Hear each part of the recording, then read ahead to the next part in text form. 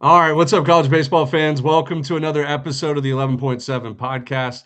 We promised you a big guest our last episode on Sunday, and man, I'm surprised we pulled this off. But we do have Joba Chamberlain here, not only a Yankees legend, and World Series champion, but Nebraska Cornhusker legend. Got to pitch in the College World Series back in 2005. And there's some more Chamberlain down the pipeline with his son coming up. We'll be in college baseball next year with plenty of offers. Jabba, thank you so much for taking time here at 11 p.m. on a Wednesday night after midweek madness across college baseball. Welcome to the show. And yeah, it's crazy that we have you here on the show. We're excited. No, man, I love college baseball. It's funny because I got away from it for a little bit, and now like my son being involved in it, and seeing the opportunities that he has, and being involved with Nebraska and seeing what they're doing. Huge series. Obviously, we're going to talk about that later with Auburn, and Auburn being number 7, and kind of seeing all these things, and my son's team, and he's in junior college, and they're number 17 right now. So, just it's something that got me back into it. And I loved when I got the message of 11.7 because I remember it was like we can only spend so much money because we only got 11.7. And so I love the fact that this is what it is. And now, obviously, it's changed a little bit. But man, to talk college baseball and to see these kids, and the fun part for me is to watch these kids my son played with do the things that they're doing on the college level and hopefully get them. He's got two buddies that ended up getting drafted after their senior year, and to see them like just progress in this game, and how this game is. And I know we're not in a great place in professional baseball, but college baseball is in such a good place with the amount of exposure we're getting now. Yeah. Mm-hmm. And somebody even questioned this on my Twitter, and I don't know if you guys saw it, but they were like begging for more college baseball. 2005, hockey went on strike. So what did ESPN do? We were the most televised team on ESPN. We were televised 17 times before postseason. That's Like crazy. college Those are baseball's crazy here. numbers for college College baseball. baseball is here. College Yeah. baseball is here, and it needs to stay, and it needs to get more. And I understand it's not a revenue creating thing because obviously it's football, it's basketball, but baseball's here. Yeah. Like Jabba, baseball is here. out of pure coincidence, I think it was the day I was actually the one day of the 10 in Omaha last year. I was wearing a Detroit Tigers hat. And by coincidence, we sat at the same table at like a dinner in the press box. And I did not even recognize you. And I mean that as a total compliment. You look great and fantastic. Um, I'm a and little job smaller than I was when I played. Yeah, I and get it. Java, like I tell these guys, I can be somewhat quiet, but if the person next to me in the press box wants to talk, I can talk all day long. And all it took was you to, kind of open up, and then we touched on a bunch of different topics. Before we jump into some of the fun ones, I want you to real quick let the listeners know like what you've been up to lately outside of professional baseball, and what was your experience like at the past College World Series? Because I believe you said that was your first time there kind of as media, right? Yeah, it was interesting because it was like guys that were still there that covered me in college. And they're still there, and they're like they Once you kind of get looked at sucked me. into college baseball media, you're in it forever. Believe us. Well, we know. Yeah, and the weird part is like being a college baseball player, and Noah and I kind of talked about this about how different Rosenblatt was than what it is now. Because I remember I was having elbow surgery, and Rob Childress, the pitching coach, obviously now at Nebraska A&M before, but my pitching coach at Nebraska, they didn't have nothing. There was like no legacy. There was no like pictures on walls or nothing. It was just kind of blah. And now it's kind of created something where it's different. And obviously they have the shot stuff, they have all the other things, but I think for me it's just the college baseball aspect and for me and what I'm doing now I get to live it. My son's at college and I get to live this and he's got an opportunity to do some really special things and man, I'm just happy to be a part of the ride. Like I've lived mine and I've been so fortunate and blessed to be able to do it. But watching your son do it is it's a different level. It's so different and so proud of him and everything that he's done and the work that he's put in and to see his results and the things that is coming to him because we all know the landscape of college sports have changed Oh yeah. Yeah. and he's gonna get that opportunity that I never had. Like I literally when we visited where he's at school as I wear this hat, I did it 21 years ago. Went to the same damn school. And Yeah, I I was was like, gonna it say didn't look like that. you had quite a path to like get to Nebraska. I was reading up a little bit on your amateur baseball days, and you took a path that I don't think a lot of people realized. Like they picture Joba Chamberlain, awesome pitcher at Nebraska, go to the College World Series, and then like what, 12 months later, you're pitching for the New York Yankees with a sub 1 ERA, Yep. making national news, Sports Center. But it wasn't all, Hey, what I do was they? on the cover of Not it magazines wasn't too, all. Ben. Don't forget I was on the Yeah, cover of magazines too. I Yeah. mean, Don't people forget about like those if we mags. really want to get into this, like you were doing what Paul Skeens was doing, 15 years before him. Yeah. Like coming out of college immediately into a professional Major League Baseball pitching staff, and I mean, you gave up what, like 1 or 2 runs your rookie year? It was like something crazy, 2 runs, and pitching for the New York Yankees, not the Pittsburgh Pirates. So, but And talk it to us about your path because after high school ball, I think the site I was reading said you took a year off and then played junior college and then got to Nebraska. Is that no, right? so I didn't go junior college. So my dad and we took our visits, we did everything. My dad was a judge in the prison for 27 years, and he valued education. So at that point, junior college was completely different. Like all you did, if you went to JUCO, it's either because you didn't have the grades or all you wanted to do was play sports. Hmm. My dad wouldn't allow that. And I lost my dad in March, and he was like, "You're going to go to Division II." So I went to Kearney, which is about 2 hours and 40 minutes west of us. And I was 3-5 with a 5.2. That's not good. Anybody that listens to this podcast that knows about baseball, that's not good. But they're like, you're throwing 100. I'm like, no, I'm not. Like, we don't even have a radar gun.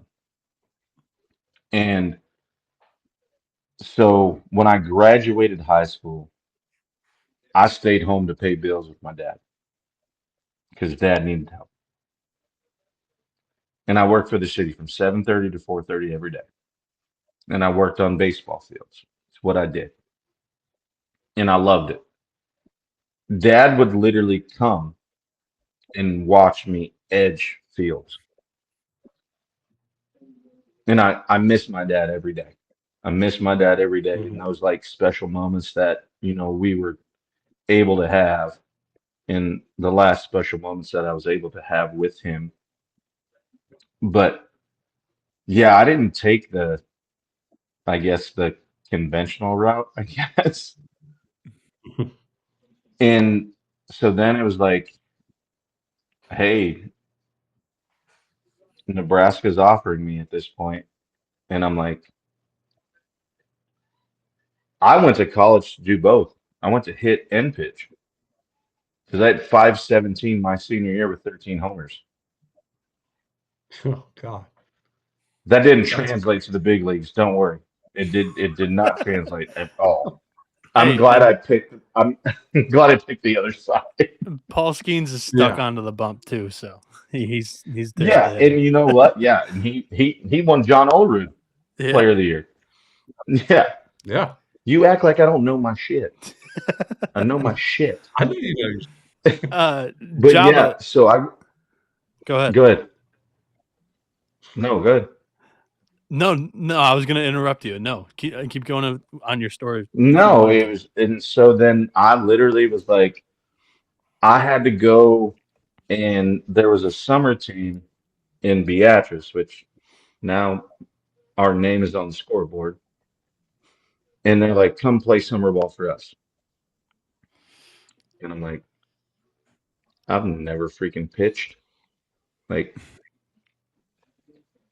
I don't, I'm just trying to figure this out. Like, yeah, I guess I throw hard, but let's see what happens. And it's where Ozzie Smith played in Nowheresville, Iowa. My dad got lost. I was reading a road atlas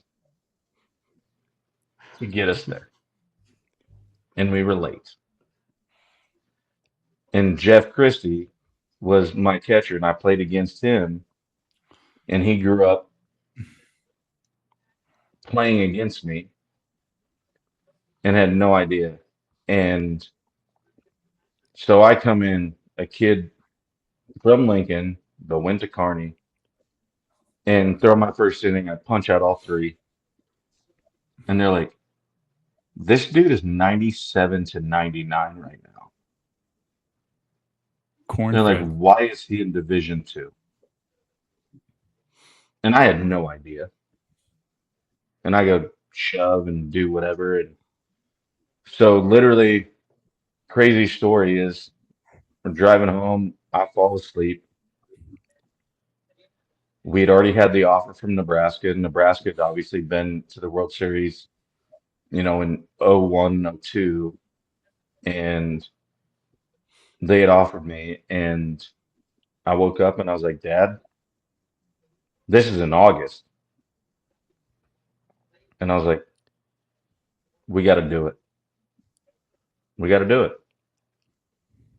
Then I went 10 and 2, 2-8, All American, newcomer of the year, Team USA, and then the rest is kind of history. On on the topic of family, Jabba, I know when we were in Omaha and we talked, you told me a really funny story of, you know, you would always bring your son to the ballpark growing up, and being around all the big leaguers, and they would have their sons kind of in the clubhouse wandering around as well.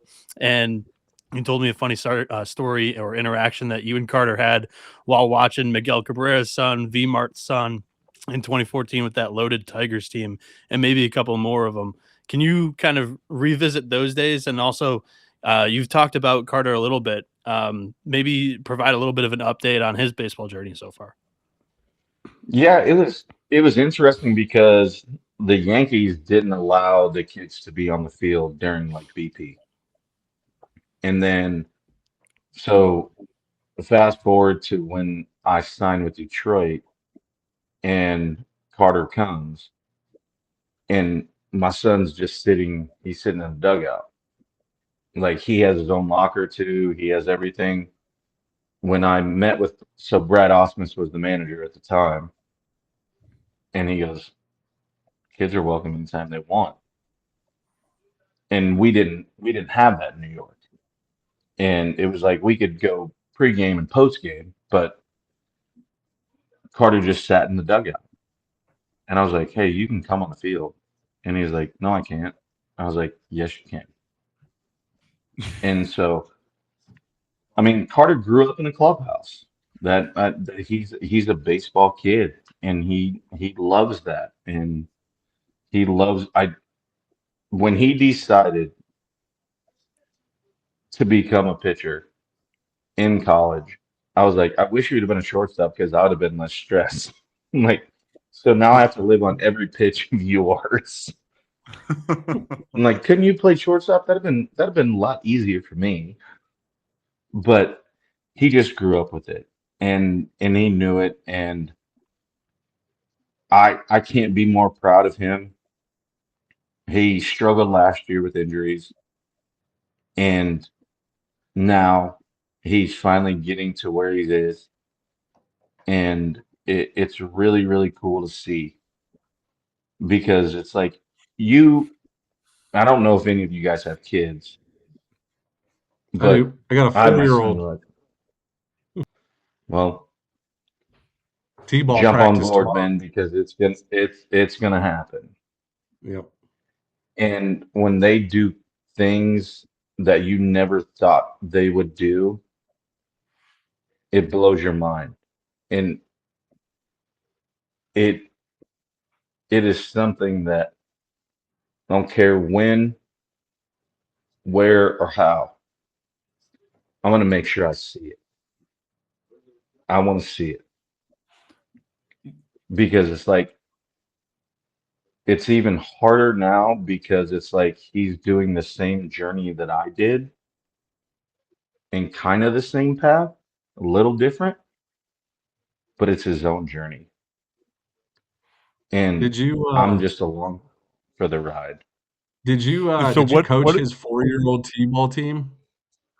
No, Oh, I see, I'm was stuck in playing. that right I was now. I playing. got I got absolutely dominated by 4-year-old T-ball practice last week, and I mean, it's not easy. It's probably the hardest thing I ever had to do was wrangle up 12 4-year-olds and try to get them to just stay in place for 30 seconds because they just want to run around and play tag. So I'm hoping for the Yeah. days where they're able to play real baseball. But right now it's a struggle.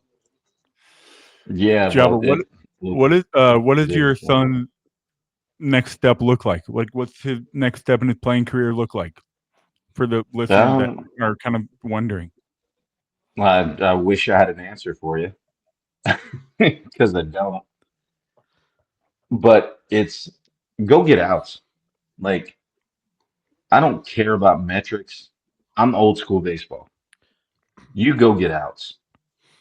Everything else will play itself out. Yeah, do you look the part? Do you have the part? Yeah. Like that's easy. But can you get outs? Can you go and shove for 6 innings? That's really and that's the thing I tell Carter all the time. I'm like, first and foremost, I care about your health and I care about you. But if you want to go do something and you want to make the next level, you got to go get outs. You can post your IBB, all your horizontal break, all the everything, but go prove it. Go get outs because at the end of the day, that's all that matters. Yeah. Because It's a if that looks great, good lesson for a lot of people out there. Like it's great to throw your bullpens indoors in December and look the part, but when it comes down to crunch time in February, March, April, May, June, if you can get people out, that's what's going to turn heads. It really is. Numbers don't lie. Yeah. yeah, and you Go throw ahead. zeros. That's it. Throw Mhm. zeros. Back in 2005, the MLB Draft was a few weeks before the College World Series, and you were a first round draft pick. You also played in the College World Series. I prefer the MLB Draft after the college season. Right now, I think it's a fun addition to the MLB All Star Weekend. But scouts and front offices, they kind of dislike how late it is in the cycle of the draft where it's currently at. one previous idea was to have the MLB draft in Omaha at the College World Series. Joba, you being born and raised in Nebraska with all of that, accolades that I just mentioned, I feel like your point of view on this topic or your opinion should be pretty valued, and may even change my opinion if you have a different one. What do you think, or when do you think is the best time to have the MLB draft? Is there a preferred location in your mind? I don't think there's like a location. I think Omaha obviously is prevalent to what the College World Series is, but I also think it should be get them against the best competition. Now they're seeing the elite of the elite that get to there. Yeah, do we have anomalies that sometimes get to College World Series? 100%. That happens. We get it. But you're getting the elite of the elite, and you're facing Friday night guys. Mm-hmm. Like you're getting first round picks, not only as pitchers, but as hitters and everything. Why not see them at the pinnacle of the sport before you draft them? I think the same thing. Why do they do it with the Heisman? They haven't even got there yet. Like they may lay an egg in that game, and it's because their front five were better than anything you faced all year. These guys that you face in the game may be better than what you faced all year. Like, so how can you give me an award when I haven't faced the elite of the elite? And I know conferences are different and whatever, but get me to the end of it and then draft me on what I am. Was it Yeah, I think was it not cool though to like pitch after getting drafted? Because at least for me growing up, it always made the postseason more fun being like, oh, the Yankees drafted this guy, or like the regional rounds. I think the first round happened like during regional play, right, Dimitri? Or am I wrong on that? No, what? it, No, it was because they would be in the dugout, and some coaches would tell them, others would be like, "We're not telling him till the game's over." But hey, by the way, you got drafted 30th overall by whoever. But that's what I was going to ask Jabba. The pinnacle of amateur baseball is Omaha, is the College World Series, right? You want to close one door, open another door, and your professional career, the new door being open. So I think I'm agreeing with you on the draft should be when it's all said and done. When your amateur door is closed, whether you make it to Omaha, you didn't make the postseason, you ended in regional, wherever your door closed, I think it needs to be closed before your next door opens, because a lot of these guys are not really anymore, but they had two doors open. Their mind, I just got paid $3.5 million as the 8th overall pick, but oh, by the way, I got to still go to class. Or at that time, you don't have to go to class in the summer, but you're like, I got to show up for weights with my teammate. I'm $3.5 million richer than the guy next to me who's about to be a finance accountant or whatever. I don't like that dynamic. One door closes, next door opens. Which I want to hear your thoughts on that. yeah, I think there's you get pulled in so many different ways, and obviously mine is completely different. But I agree with you because it's like if you're going to go one way and you want to open the other door, let me close the first door. Let me close the first door. Like I've done everything I can. Even if I didn't get to the CWS, let me close that first door. Let me get over that. And then let me open the next one. And I don't know if there's a right or wrong answer, to be honest with you. I don't know if there's anything that you can do to make it make sense in how we have both articulated both of it, because there's some doors that are still going to be open because you don't know. And then now they go to CWS and you didn't know this guy and he goes and shoves. Now another door opens.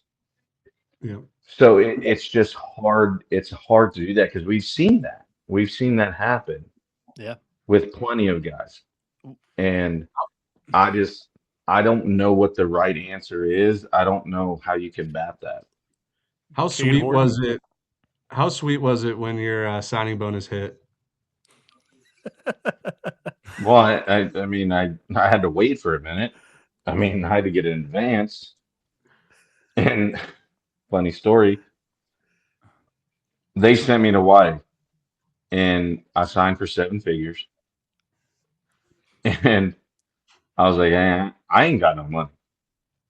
I just had a child. Like, Yeah. I ain't got no money. Like, I literally, when I left, I had $7.21 in my bank account. And thank goodness to people that had helped me, because I wouldn't be where I'm at if people didn't help me. But as I'm literally looking at my skylight calendar and seeing pictures of me and Carter and my dad and I wouldn't have made it without people. Mhm. I would not be where I'm at without people that loved me. And I tell everybody this: the more people that love my son, is the better my son's going to be. And that is the only reason I stand here today on my 2 feet, is because I had people that loved me and took care of me when I didn't have shit. Now I got shit. And so it's interesting because like that first check, and then like I called my agent and I was like, hey, can I get some money? Like, I know it's coming to me. He goes, is 75,000 enough? I go, Yeah. bingo. Sure. I guess it works. And then it was like another check for 350, another check for 400. And it's just like, what? Like, you don't think about it at that point. Like, you're just getting ready. But like, when that first check hit and I saw my bank account and I'm like, Jesus I got Christ. 75 racks. I mean, that's crazy. It's got to be a good feeling. It doesn't suck. Yeah. Yeah. Did you have like a Uh, big purchase, like your first big purchase, or did you pay off like your parents' house or like put some down Bought my for, dad a house. yeah. There it is. Yep. Yep. Bought my dad a Hey, house. speaking of money and hitting that bank account, what are your thoughts on 18-year-old, 19-year-old getting paid to play college baseball, college football, whatever? Make your They don't money. even have to be a pro yet. Make your money. Yep. Why do you think dudes are staying in college? Make your money. yeah. Because that might be your only opportunity. It's true. Because a lot of these guys aren't going to get the opportunity to do what I was fortunate enough to do. Humbled and very fortunate to wear a uniform. Some of those guys will never get that. So why not make the money when you can? Speaking agree. of the dudes still in the college game, do you have any current favorite pitchers to watch in college baseball right now? Oh, man, it's so early right now. I mean, obviously we have all the names, but I don't hold flags on. I want to see what they do. I can give you some names, and it'll probably ring a bell. Well, You've got your top one. You got Jackson Floyd. You've got Fluky, he watched Dax Whitney in person last year. I know that for sure. Whitney. hmm It for me is consistency. I can see what you do one time, right? And obviously I don't get to watch every game, but it's if you can repeat, like we're all gonna have bad starts, we're all gonna have, bad outings. That's just the way it is. But it's the consistency in the way they do it, the way they handle themselves. I think a lot of stuff is accountability of owning, like when you suck, say you suck. And that comes into you as a person and understanding, like, I'm not going to be perfect. This game isn't perfect. Our game is set up to fail, just the way it is. But being accountable to when, like, I didn't have my shit today. Like, I literally, I started the game. My son came in, and there was probably 30 reporters around me. And Carter goes, "Fastball for a strike." I go, "There's your story. I got nothing else to tell you guys." Yeah. I go, "I couldn't. I threw my slider 72% that game because I couldn't throw my fastball for a strike. And I just didn't have it that day." And it's the accountability. When you see him one time, yeah, and it might be special, but it's the consistency of those guys to be able to do it. And that's the thing that rings with me. So we've been on it now for 31 minutes, and we haven't brought up the midges yet. How often do you get approached and talked to about that night in Cleveland? Was it '07 Yeah. ALCS? So my it's a hmm two-part question. How often do people still talk to you, and like how much credit do you give to those little midges, little bugs, flies, to making you like world famous? Because I think you got to give them some credit too. Yeah, it never ends. Every October, every Yeah. October, it happens. And people bring it up all the time. And I guess the only way I can reference it is to say there could be worse ways to be famous. It's true. It's a good way to look at And it. that's really the only way I can, like, yeah, it sucked. But I mean, it sucks that when Joe wrote his book, Tori, and he was like, "That's the one regret I have is not taking job off the field." I go, "It wasn't your job, it was mine." And Yeah. I'll stand on it. I'll stand on it till the day I die, till you put me 10 toes deep. It was my job to pull me off myself off the field. And I was like, "No, I'm competing." It was my rookie year. Hmm. And I was like, "I got to fight with these guys and I got to show them that I am who I am." And I didn't do my job. I didn't. And I understand that, but I'm not going to, the midges aren't the excuse. I just didn't execute pitches. Do Would they? you Does it like hurt or like do they bite or is it just super annoying? Because I've always wondered No, that. it's just annoying. Just annoying. They don't would Okay. bite. you Thank goodness they don't bite because that would have sucked. You might not be here with us right now if they bit because they were No, all. you're probably right. would you rather pitch with like 1,000 midges buzzing your tower or inside Duty Noble Stadium, like on the mound, and a bunch of cowbells are ringing in the background? Give me all the noise. Give me all the noise.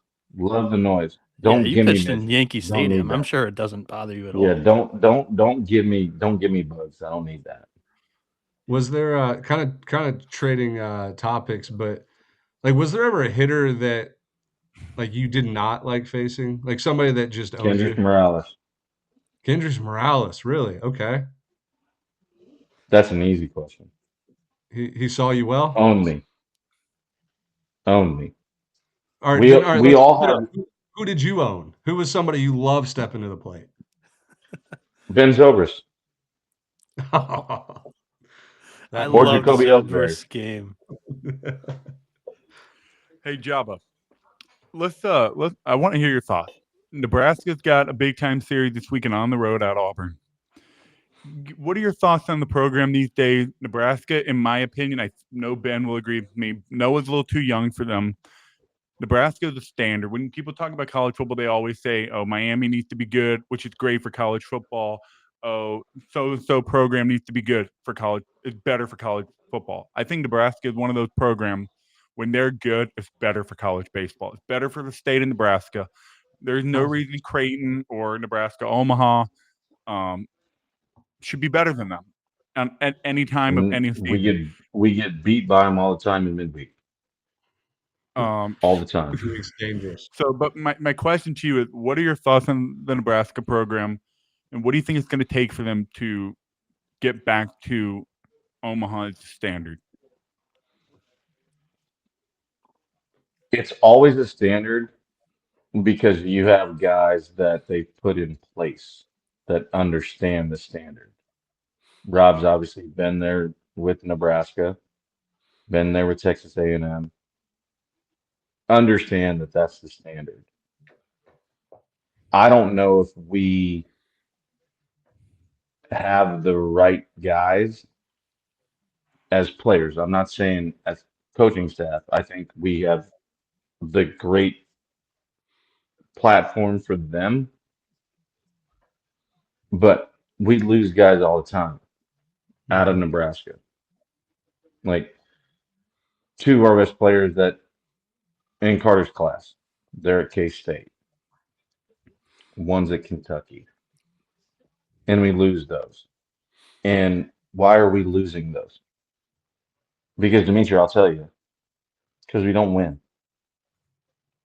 Winning heals everything. Winning heals everything. And yeah, have we won the Big Ten 2 years in a row? Yeah. Yeah. But what have we done after that? Nothing.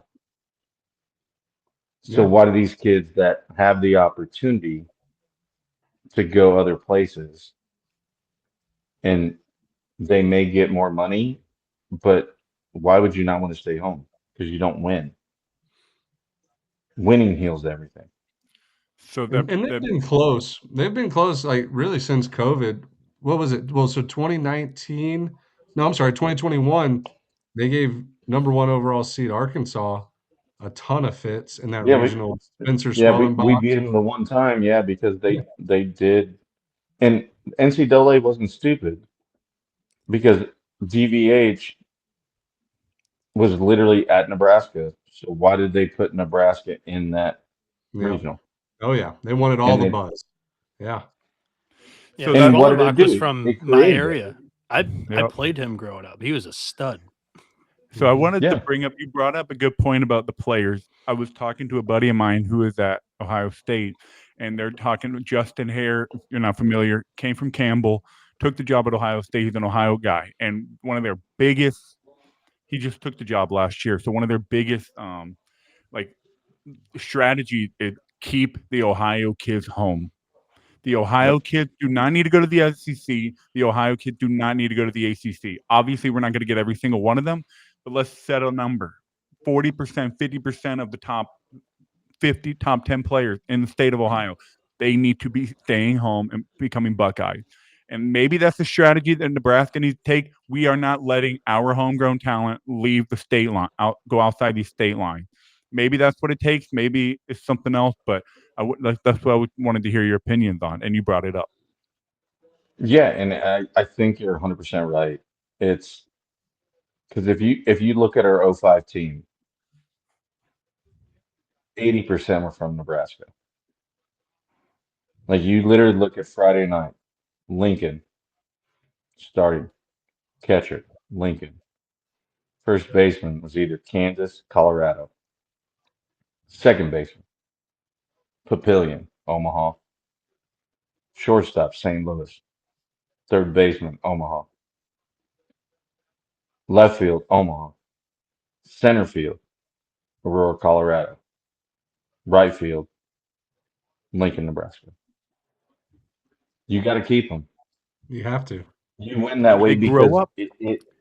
it's not only what you say like when we have to keep those guys.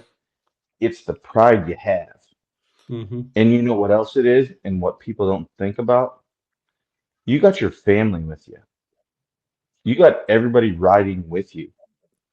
Like some families can't afford to travel and do things. But if I got to drive 15 minutes, why the hell wouldn't I be there? Yeah. Why wouldn't I? And Yeah. that goes a long way. That goes a long way. And these Dimitri, kids would you grow be up- able to rattle off your Friday night regional team in their hometown, your teammates 1 through 9 like that in a minute and a half? Oh, 100%. I don't forget things, and The one thing that I will tell you, I don't forget where I come from. I am born and raised. I'm from Winnebago, Nebraska, the reservation. My dad is full-blooded Native American. I am from Winnebago, but I grew up in Lincoln, and I knew all the dudes that I played with. Why I followed literally one of my best friends. We literally have talks every day, and like we follow our kids that our kids played with. Like I want to know if they're doing well, how they're doing, what's going on. Like that's just who I am. And I think Dimitri, you bring up a great thing where it's like when it comes to keeping kids at home, it's everybody. Not only the ones that are the parents, the grandparents, the aunts, the uncles, the cousins, and all the other stuff, but as a kid's parents that they played with, where they can go watch a game and they watch that kid grow up and they're at the game. It means more than you have any idea. Yeah, I Because it agree with meant a shitload to me. It meant everything to me. That's what I tell people all the time. Is these kids grew up watching Nebraska football. I mean, nowadays it's a little different, but your generation grew up watching Nebraska football, win title. You watch it was wearing Nebraska across your chest meant everything. That was the dream. Why do you think And LSU has so much success? Like I know that they are a little transfer portal here and there, but like all those kids are from most of the kids are from Louisiana, grew up wanting to wear that gold and purple. And once they do wear it, they've won 2 World Series in the last 3 years. and It's not a coincidence. it's easier to play. It's easier to elevate your level of play when you're really prideful of the opportunity to wear that Nebraska jersey, Miami jersey, George, whatever it is. There's a little extra level, and that's why you see some teams are just so much better than other teams on a consistent level in the postseason. Because it's not a Yeah. talent war anymore. It's about who wants it more. Who wants it more? And when you're wearing the color that you just are obsessed with, it's a little easier to elevate your game. Right. No, I agree 10,000%. Perfect. Well, hey, we got to Speaking of transition games, here to the weekend series pick'em. Dimitri, will you share your screen? We'll go series by series. We'll pick winners. Who's going to win 2 out of 3? We'll drop some knowledge on you guys as well. And then, yeah, after that, I mean, we'll be good to go here. So, Dimitri, share your screen, and then Noah's going to lead us off with every series like he always does. He'll break it down, and then we'll give our picks. Yeah, I won't go too deep this week because I know Joba said that he came quite prepared as well. So I I don't want saw to his steal. notes. I don't want to steal all his thunder. But yeah, we'll start top to bottom here with Florida and Miami. First off, I mean, a lot of people were going to be thinking, "Hey, where's Clemson, South Carolina this week? One of the best rivalries in all of college baseball." yeah, but they're Well, not it. we just tweeted out today that South Carolina lost to Ben. What was the joke? Oh, I said, yeah, South Carolina has 3 losses this year. They lost to the Norse from Northern Kentucky, Army and Queens, and I said, "Man, this is like a medieval documentary. Like this, they're losing to the fucking History Channel right now. Like they can't beat any of these teams from Great Yeah. Britain, So Norway."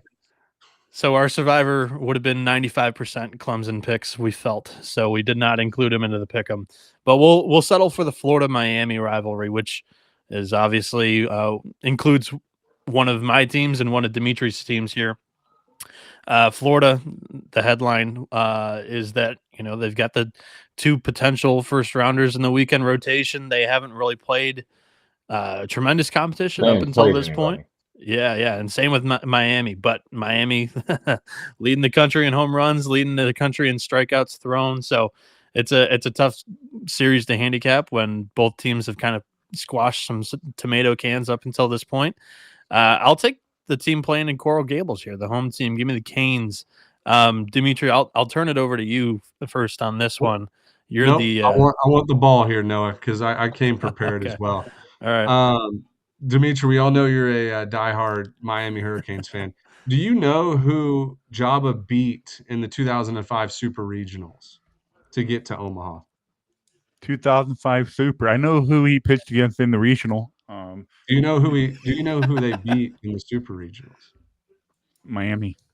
The Miami Hurricanes. Pretty much I punched ended. that 12. Ryan Braun and John Jay. Oh Yep. my gosh. So, yeah, I mean, he ended that Miami run to Omaha like every single year that they were doing in the early 2000s. You want to know a funny story about that before we keep going? Yeah. Jim Morris came into our workout facility, and obviously I'm just kind of just mulling around. I'm not really doing anything. I'd already played catch. I'd already done my stuff. He goes, "Hey, this is just a warm up for Omaha." And I'm a fat kid from the north side of Lincoln. You ain't gonna do that to me. And I Yeah. was No facing Cesar disrespect. Carrillo, he was the 13th overall pick that year, and he wore Cesar his Carrillo. headphones. And I shoved it up his ass. Do Good. you remember that Miami lineup? Besides Braun, it was Braun. It was who else was in that Was lineup? Jamal Weeks on there? Is he a No, little? Jamel was not. He was Jamil was after. after. Yeah, it was Ryan Brown and John Jay that played in the big leagues. John What Jay about was there. was That's right. Alonzo, Yonder Alonzo on that team, or is he a little Well, after? he was too? after. He was after. Yep. I can name you all the guys after, but that team is giving me a hard time. Cesar Carrillo was pitching Friday night. Yeah, I can't remember. Yeah, I'm he was blanking on. pitching against me. All right. But so the other thing I came prepared with is I think Miami is actually back into a good place in college baseball. They're very similar to the Nebraskas of the world, the Rices of the world, Long Beach. Like when those teams are good, it makes the whole sport better. Like just national attention. USC is another team that we'll talk about later that, when they're good, the history they have. But speaking of history, it feels like every year we bite this Miami. Oh, they're going to win 2 out of 3 against the Florida Gators, and I don't think it's happened in a long time. So I'm taking the Florida Gators here. I would love to see Miami win this, but is Sully, Coach O'Sullivan at Florida, he just seems to have Miami's number in his career. Florida's won 7 straight. I know Miami's won 9 straight, but Florida's playing good ball right now. Yeah. I can't I'm tell you taking the last Florida. time I can't tell you the last time the Hurricane came into the series undefeated. This series for Miami and Florida. I mean, obviously Florida been the better team as of late, but this is the series like your measuring stick. You're like, oh, great out of conference, great preseason. This series will tell us everything. If it's a fluke, if we're legit, if we're for real. This lineup, I think it's one of the first lineup that is just deep all the way 1 through 9, and their pitching staff will be able to keep them in games. So this is the most confident I've been in this series. I think Miami, especially at home, will get it done. But I think it's going to really depend on how Liam Peterson shows up on Friday night. If he walks a couple guys, gets a little erratic, we're going to bury them. What kind of lines would you guess? Like if DraftKings or FanDuel put up a line that's like who's going to win this series, Dimitri? Or maybe I should ask Noah because you're the gambling god here. I think it'd be 125 plus You think it 125 would be Miami. 125, 130. Okay. Pretty toss-up series. Yep. Maybe slightly favoring Florida. Jabba, I'm taking Florida. Yeah. That's just the wrong pick, I'm man. taking Florida. I understand like different aspects, but like there are certain aspects of that game that yeah, they're at home, but they're going to try to prove something. Mm-hmm. And I'm taking Florida. Jabba, I hate to break it to you, but it's just the wrong pick. I think what Jabba's saying We'll is find like out. there's less pressure on Florida. There's all the pressure in the world on Miami. Florida just has to go out there and get some momentum. Job is So I just said, telling Dimitri Wh- not so fast. Tell yourself whatever you need to tell yourself to convince yourself that you're right. Just keep telling yourself whatever you need. I've been wrong a lot of times in my life. It Yeah. won't be the first time. Yeah.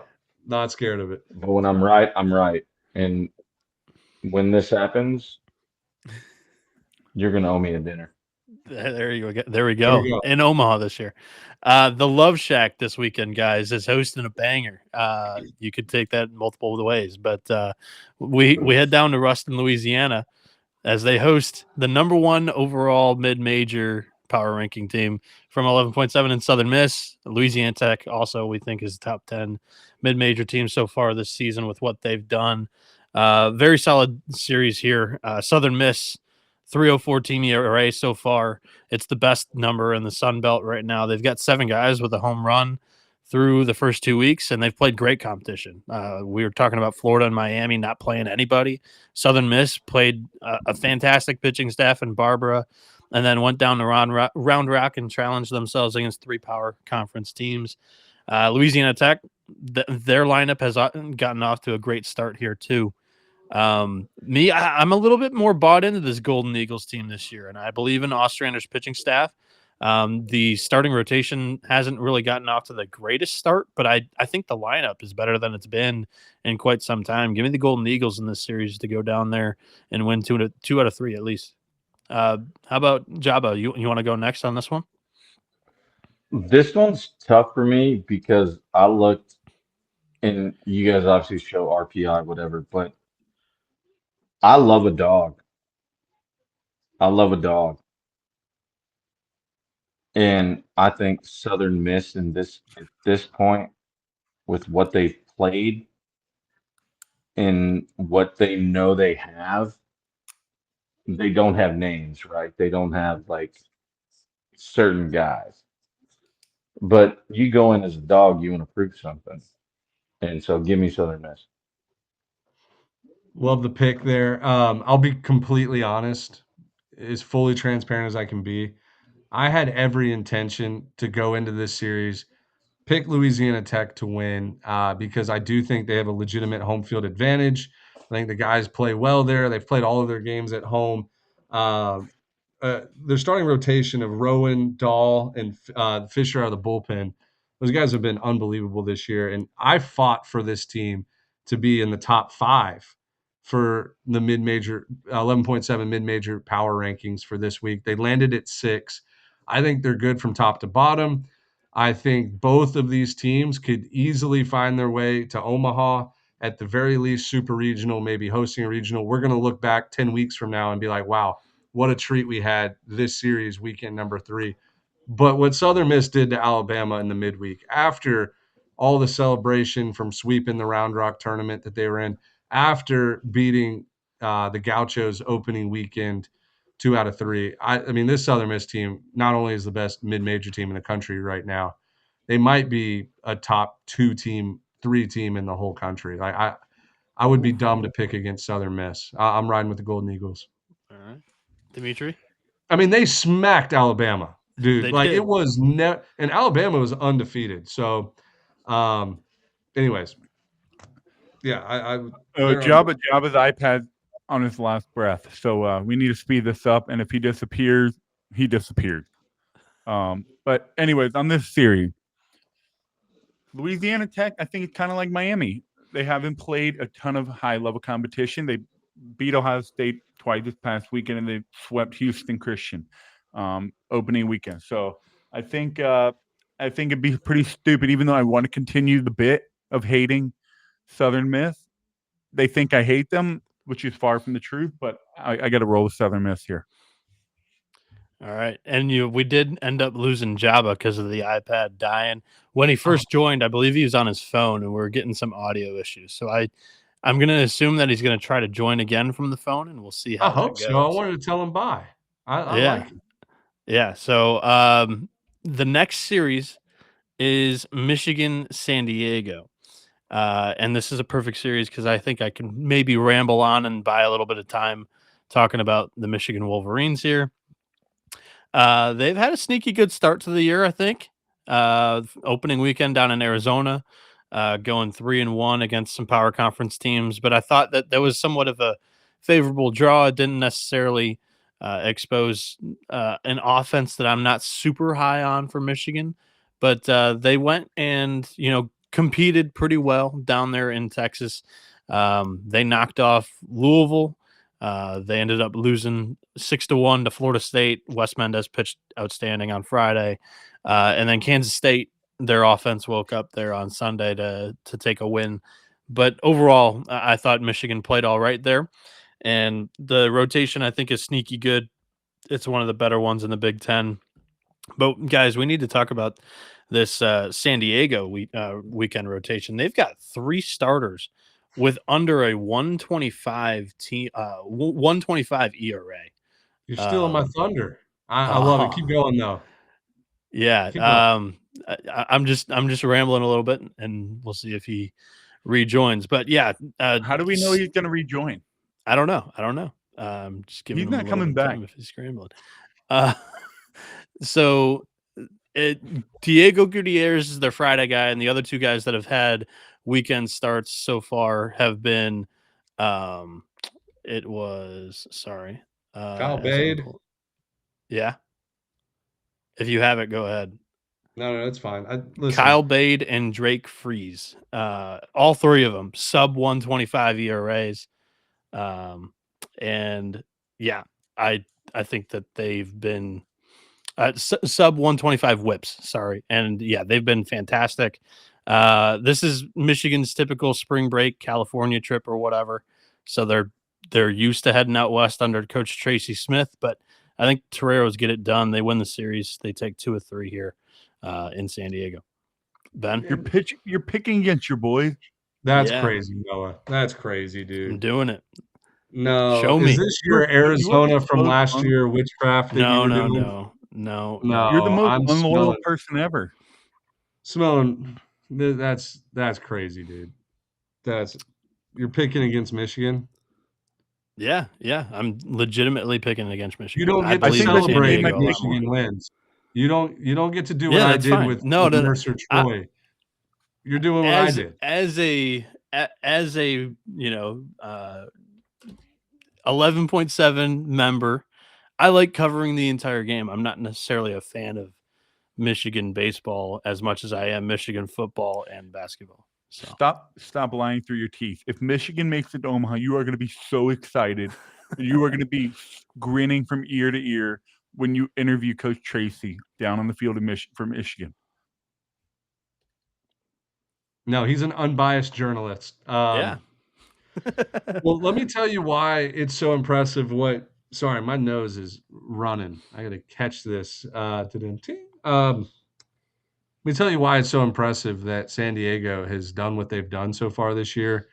Their best player has been hurt since opening weekend, and that's Adrian Beltre Jr. Yes, his dad, Adrian Beltre. He hasn't played like the last 6 games or 5.5 games. So I think he's coming back Friday. I think I heard through the grapevine that he'll be playing. And without him, the offense has been spectacular. It's not the Chris Bryant San Diego Toreros, but it's also not your Toreros offenses that they were rolling out in the 2020s. Like, this is a whole new identity. Now they pair it with the pitching staff. I'm a huge fan of them, and I love turning on their games. ESPN Plus at 10 p.m. Eastern. Sit back, watch the games, good broadcasts.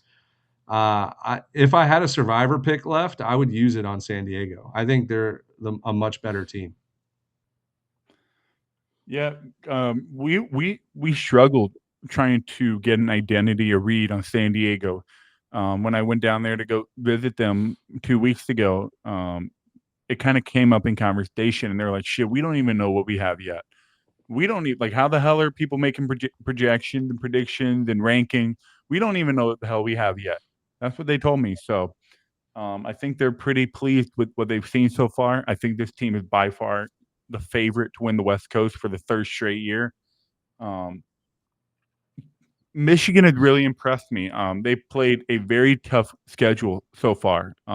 Lost the extra inning game. They're from going 2-2 in Texas. They showed out in Arizona as well. But give me the Toreros. Give me the San Diego at home. Next series here on the list is another rivalry in the state of Florida. It is USF and UCF. Right now, the Bulls are number 11 in the mid-major top 25. And their offense and defense have been pretty balanced. Both top 100 in multiple categories there. We're all pretty big fans of Mitch Hanna's and the job that he did at Indiana State, and how impressive a year one he had there in Tampa. They head to Orlando to play the Knights. They have a 4.17 team ERA. The star, Andrew Williamson, is doing star things. He's hitting .333 with a 1086 OPS. I'm going road. Teams aren't pitching to him. No, I'm going road upset. Give me the Bulls. They knock off the Knights here. I think they, in a very Mitch Hanna's fashion, win a couple of ugly games in this series, and they take it on the road. Yep. That's a good pick, Noah. I'm going to be picking against it just because for me, this was truly a 50-50 series. The smart thing would probably be, hey, how many big-time series losses does Mitch Hanna's have in his coaching career? Very few. He tends to win 2 out of 3 pretty much every series he plays in, whether he was at Indiana State or now South Florida. They really beat up Georgia Southern last week. But then they go in the midweek and lose to our Bethune-Cookman Wildcats. Big win for Bethune. I do think this goes probably UCF wins Friday, South Florida comes back, wins Saturday, and then that Sunday rubber match is going to be huge. I'll take the home team here just because, if I have to make a pick, I think UCF, UCF student section is going to show up big time this week. They usually do for 3 or 4 home series every year. This will be one of them. I'll take the Knights in a 50-50. Yeah, the dynamic of South Florida UCF is a major rivalry. They do not like each other. They both want to strive and pretend they're that power conference team. Obviously, UCF is, but nobody in the state looks at UCF as a Power 4 conference team. Miami looks at them as their inferior. Florida State, they all look at UCF as inferior. South Florida and UCF will always be on that same level, even if UCF is in the Big 12. That's just the dynamic of college sports in the state of Florida. They both hate each other. But let me tell you, UCF, you want to see some fun environment, you turn this game on at some point this weekend. It's going to be packed. Right field, left field, there's going to be people everywhere. It's going to be a really fun series. But I gotta take UCF at home. I think they had a rough weekend, but they did eke out a win against Notre Dame this past weekend in Jacksonville. But I do think they're going to show up ready to go this weekend. I'm checking the weather right now for Orlando. I hope we don't get some kind of rainouts or a 2-game series, or even Friday's supposed to rain a little bit. Saturday it's 85% chance. We're looking at probably a doubleheader on Sunday if I had to guess. Okay. Which sucks. I want a good Friday night, Saturday night, Sunday afternoon. Yeah, we'll go in order the way we had the show planned. The next series we're going to talk about is USC at Cal Poly. I think this is a really fun one as the college baseball powerhouse hits the road to play the Mustangs. And this one should be pretty interesting. USC, I think, has had numbers-wise the best start out of any team across the country when it comes to starting pitching. Their starters have thrown 33 innings. They have only allowed 1 earned run. They have 52 strikeouts in those 33 innings with just 10 walks. The Trojans currently have the 4th best team ERA in the country at a 168. They're going up against a Cal Poly team that returned a chunk of their lineup from last year that was the best offense And the Big West, currently the pitching staff's lived up to expectations too. Top 30 in ERA with a 3.14. They've played pretty quality competition up until this point, I believe. At least last weekend, they played a good series. I think the first weekend they had a little bit of a warm up. But this is going to be a really fun one. And I think it's going to be a couple of low scoring games. Low scoring games favor the dog. But I'm going to take USC here. I think that the rotation's the real deal. Mason Edwards, if you haven't, watched him, I advise you to tune in, learn the name. Mason Edwards, he's a stud. So Yeah, he's got Trojans for me. 20 plus strikeouts and only gave up 1 hit this year. It's crazy. All right, so I want this on a quote card, Dimitri. I want you to post this quote on social media, okay? The USC schedule, the first 3 weeks, is weekend schedule, I'll clarify, is one of the funniest things I have ever seen in my life. They open the year at Rice. No, Pepperdine. Or, sorry, Pepperdine. They open the year at Pepperdine. Then they play Rice. Then they play Cal Poly. Rice, pepper, Polynesian sauce. USC was just hungry when they were making their preseason schedule. Stankiewicz, he was just thinking of food. Yeah, I mean, you get some rice, some Polynesian sauce, some pepper. It's a great meal, great side dish. You're so ridiculous. I mean, how but like think about it. How crazy You're is so it that ridiculous. all three have food related there in their name? Now that was stupid. Look, if you like power hitting, you're not gonna love this series. I think both teams have like combined 4 home runs. Not a lot of extra base hits from either team, but the pitching staffs are great. It's not overpowering pitching. It's like Cal Poly will throw out Griffin. Is it Ness? Naess? Yeah, Griffin Ness. Ness. He did have 14 punch outs last week, but he's traditionally not a strikeout guy in his college career. He's a mix and match, weak contact kind of guy, low pitch count. He'll be good on Fridays for him, but I'm a big believer in this USC team. Like Stankiewicz has built not only like analytical, but just good baseball players, mostly from Southern California. I'll take USC to win this. And I think every game's going to be 3-1, 4-0. Yeah. It's not going to be this big power hitting showcase. So who you taking?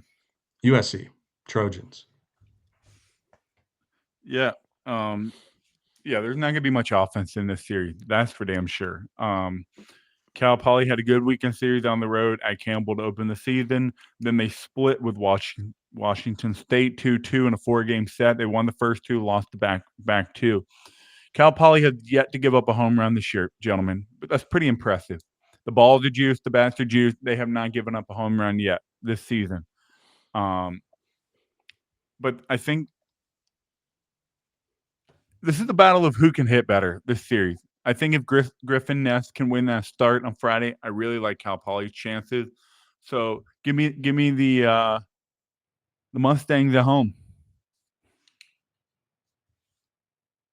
And that leaves us to the final series here, which is the Cornhuskers hitting the road to play Auburn. Now, I might be higher on Auburn than these guys because I was like, do we really want to include this one into the pick'em this week? I said that last week about UTRGV in Houston. And what do you know? The Vaqueros go in to Houston and knock off the Cougars. So I'm doing it again. I'm saying it again. I like Auburn. I think Auburn's going to be the popular pick in this series. They're probably going to be the most picked survivor team. There has been some scares. Like, don't get me wrong. Auburn's offense has been sleepy at times this year. The first couple of games against Youngstown State did not go super well. Shutout against Cincinnati in the midweek. Today in the midweek, played with their food and were lucky to escape with a win. The Auburn offense, though, I believe in. You look at their performance last year, what they returned, what they added in the portal, just by experience. I think that lineup's going to hit. And I trust Jake Marciano on Fridays. And I actually trust I trust Butch Thompson working with that pitching staff. He does magic And that weekend rotation has thrown a lot of strikes, and that was something that he was really worried about in the offseason and coming into the year. They've thrown a lot of strikes on the weekends, and I don't think I'm very worried about it on Friday, Saturday, Sunday. So give me the Tigers. I think their pitching staff is able to manage a Nebraska lineup that's not going to overpower them. I think they're going to play inside the yard. Whereas the Tigers, I think they're able to put up runs and bunches and a little bit more ability than the Cornhuskers can this series. So Auburn for me. Nice. I literally fully prepared to just pick Nebraska because I was scared of Joba. I'm tempted now to maybe go back towards Auburn. If there was, if there's one guy that I think could, like, I guess, shift momentum to Nebraska's favor, like Ty Horn. I mean, I'm a big Ty Horn fan. I was a big fan of him last year. I'm assuming he's throwing Friday night, barring any injuries or shakes in schedules. But yeah, Auburn didn't look great today. That's for sure. They almost lost to a West Georgia team that's up from Division II last couple Same with years. half the SEC almost lost this Yeah, week. it was crazy midweek. But I came into the show prepared to take Nebraska, so Jabba wouldn't fist fight me, and I'll stick with it. I would like to see the Cornhuskers win this series. Nothing against Auburn, but yeah, I mean, I would like to see Nebraska win. Yeah. Auburn's offense been abysmal overall. They have not been good. West Georgia, the dog shit team, guys. I'm just gonna say it out loud. No, they're not. They're not good. To Auburn's standard, they have no business taking a 2-1 lead into the ninth inning against Auburn on the road. They have no business. So, I'm not a huge fan of their offense. They're pitching really well. I think it can come down to if Ty Horn can win that Friday night start for Nebraska. I think they can split the next two and take the series. They played a tough schedule, so has Auburn. Overall, no. Youngstown State's not really tough, but you gotta think about it. On the road, SEC team, but the Big Ten is really impressed this early season. They've really impressed. Give me Nebraska on the road at Auburn. Of the 17 Big Ten teams, there's very few that I think wouldn't get overwhelmed by a big crowd, and Nebraska's one of probably two or three. Nebraska's got a gigantic fan base that shows out to their games all the time too. So they're not going to be out of place with the. I fully expect Auburn to win, but I do think Nebraska can win this series, and with that mindset, I think I'm going to take them. I'm going to take the risk. I'm going to take the chance on them because I think they can win this series. But obviously, Auburn is the favorite. Well, if Nebraska plays like they did Sunday, I mean, they can beat anybody in the country. Yeah, they throttled. Trey Beard pitched that game for Florida State. So Beard has not started a game yet this year. He came in on Sunday against Nebraska as the second reliever out of the pen. And I had kind of heard rumors, but then they were talking about it on the broadcast. He lost like 9 pounds due to the flu and whatever virus he dealt with. So he was kind of working himself back into pitching shape. And Link was like, we'll give him another week until he starts a game. But he came in and kind of got touched up by Nebraska for 2 or 3 runs, I believe. Okay. Cool. Well, that'll wrap it up. Pick 'em. Yeah, that's the pick 'em segment there.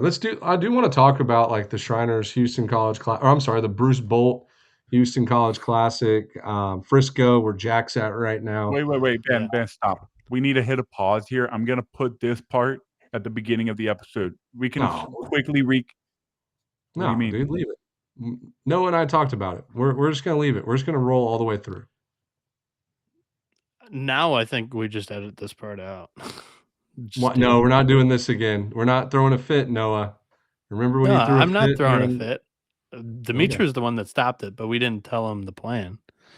Let's go though. Like whatever we're doing. Let's keep going. Like that's part of the. That's what I'm saying. Whatever we're doing, let's keep going. Oh well, I'm the last person to care, but I think the midweek quick midweek recap Yeah, should go before, but whatever. We should recap the midweek. No, I don't, dude. We're not gonna recap the midweek. Oh, it was a very 11.7 chaotic midweek, and we're not going to recap it. Come on, Ben. What do you want to say? Like it was awesome. Don't get me wrong, but we got bigger Stock and better up Sun things Belt, ahead of us. stock down SEC. But like that stuff's gonna happen. Like the Sun Belt, they get fired up and motivated early in the season to beat up on SEC teams. As they should. That's like part of the culture. And it wasn't only SEC teams. UCLA lost. Yep. San Diego State looked like a better team. Georgia Tech lost to Georgia State. Yeah. Did you just say San Diego State looks like the better team? No, on Tuesday they did. Oh, I mean, that's kind of a stretch, but okay. Well, you kind of just got to see even teams like UCLA, they didn't look very motivated to play. Like when Alabama got top 10 sweep, they came off a top 10 sweep. It's a very easy trap game. Yeah, but like at the end of the day, like I don't want to hold a ton of weight into a February midweek. No, obviously not, but it's still exciting for these teams. You're being a mega pooper right now, mega Debbie Downer right now. I know. But that's fine. Ben's rules. We'll move on. Shriners College Classic in Houston. I'm being a Debbie Downer. I'm being a realist. Like we'll come back and visit these games, but like what do we want to say about them? We're not talking about, oh my God, let's make the College World Series field right now. If you won on Tuesday, February 25th, 2026, you're in Omaha. You're in the College World Series. That's not what we're saying. We're just saying these teams had big program wins. Yeah. McNeese, 5 straight, they lost to LSU. They finally got a win in Alex Box. Good for the Cowboys. Queens, they got the first Omaha. Power 4 win. Put them in Omaha. Yeah, let's do it. West Georgia, by the way. West Georgia almost did it again today, but yeah, I think you can, without overreacting to the results of these games, you can say, hey, the talent level is spreading a little bit more. The games are going to be more difficult to win. That's all. That's all. That's kind of what my takeaway was, that they're going to happen every single year until college baseball no longer exists. Midweek upset will happen forever. But the amount that we saw on one day was really exciting and fun to see. Do I think LSU should worry one bit? No. Do I think LSU is still a national championship favorite? 100%. But good for the McNeese Cowboys. Good for them. LSU fan Jay Johnson had a cool quote talking about how they faced a little bit of pressure, and he was surprised by that. I don't think that's a negative towards LSU. I think it's just more of a showing, hey, these guys still want to win. They got punched in the mouth by McNeese early, and McNeese held on to the lead and got a big-time win. Like, that's kind of what the takeaway for me is from a game like that. And the other thing is, LSU got punched in the mouth. They're going to probably be a better team from them. Yeah. How about Arkansas State, guys? Mike Silva getting the job done with the Red Wolves on the road at Fayetteville. They had the Hogs up against the ropes again on Wednesday. Yeah. Well, I'll give you a ton of credit there, Noah. You're the one that kind of convinced me in the Diamond Report that you helped write up.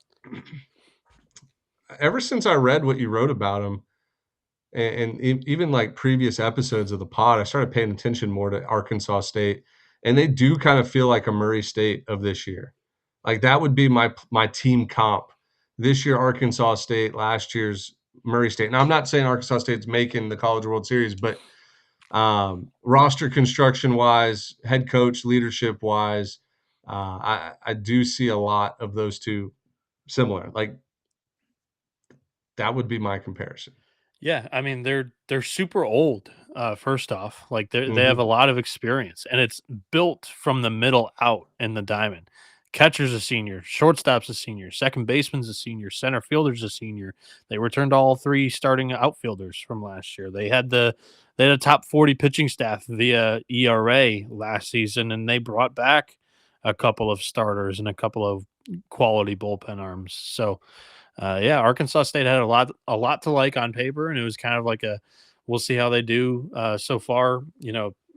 Opening up the season, they played a couple of teams that they should have handled, and they did. They won 5-6 against Stony Brook and Eastern Illinois, and then they held their own against Ole Miss, and then they only lost that game by 1, and then they did this to Arkansas in 2 games. So, yeah, I thought that was a really impressive showing from the Red Wolves. And speaking of impressive showings, Arizona State. So I told Dimitri, like, Cole Klecker starting on Tuesday. I thought they were trying to give themselves like their best shot to win a game of the 2 midweeks. And the wind was blowing out like 20 miles an hour to left field. Klecker, being like the pitch to contact arm that he was, induced a bunch of ground balls, like did exactly what he needed to do in that game to keep Oklahoma off the board, an offense who is really good up until this point of the year. And Arizona puts up 15. They're putting fly balls into the wind, hitting home runs left and right, and Oklahoma's stuck with 3 on that day. So 15-3 win for Arizona State. Oklahoma bounces back with a walk-off win, 4-3 on Wednesday. That was a fantastic Wednesday game to finish off that 2-game midweek set there. Yeah, I almost just chalked up another win to Arizona State, and then I think Dimitri put it in the group message like Oklahoma, or what'd you say, like Sooners in all caps or OU or something. And I was like, what's going on? And I checked, and you're like, yeah, leadoff triple, then a double. They ended up winning the game. But yeah, I thought Arizona State was about to go in there and sweep the 2 midweeks, which That would have been so loud. Yeah, really. I mean, still, I think a good split for them. Obviously, they wanted both of those games, but yeah, it was fun ending there. Speaking How of many clutch total? doubles, Troy in Well, the that's what I extra was going innings. to get to. Like, was there 5 Sun Belt teams that beat ranked SEC teams? No, not They SEC, had a ranked fantastic teams. midweek. I know Because that. we had Georgia State Troy with beat. ACC. Yeah, I know. So Troy beat Georgia in extra innings today. Georgia Georgia State, State beat Georgia Tech. Arkansas State. Arkansas State beat Arkansas. McNeese, no, they're not Sun Belt. They're They're Southland. Southland.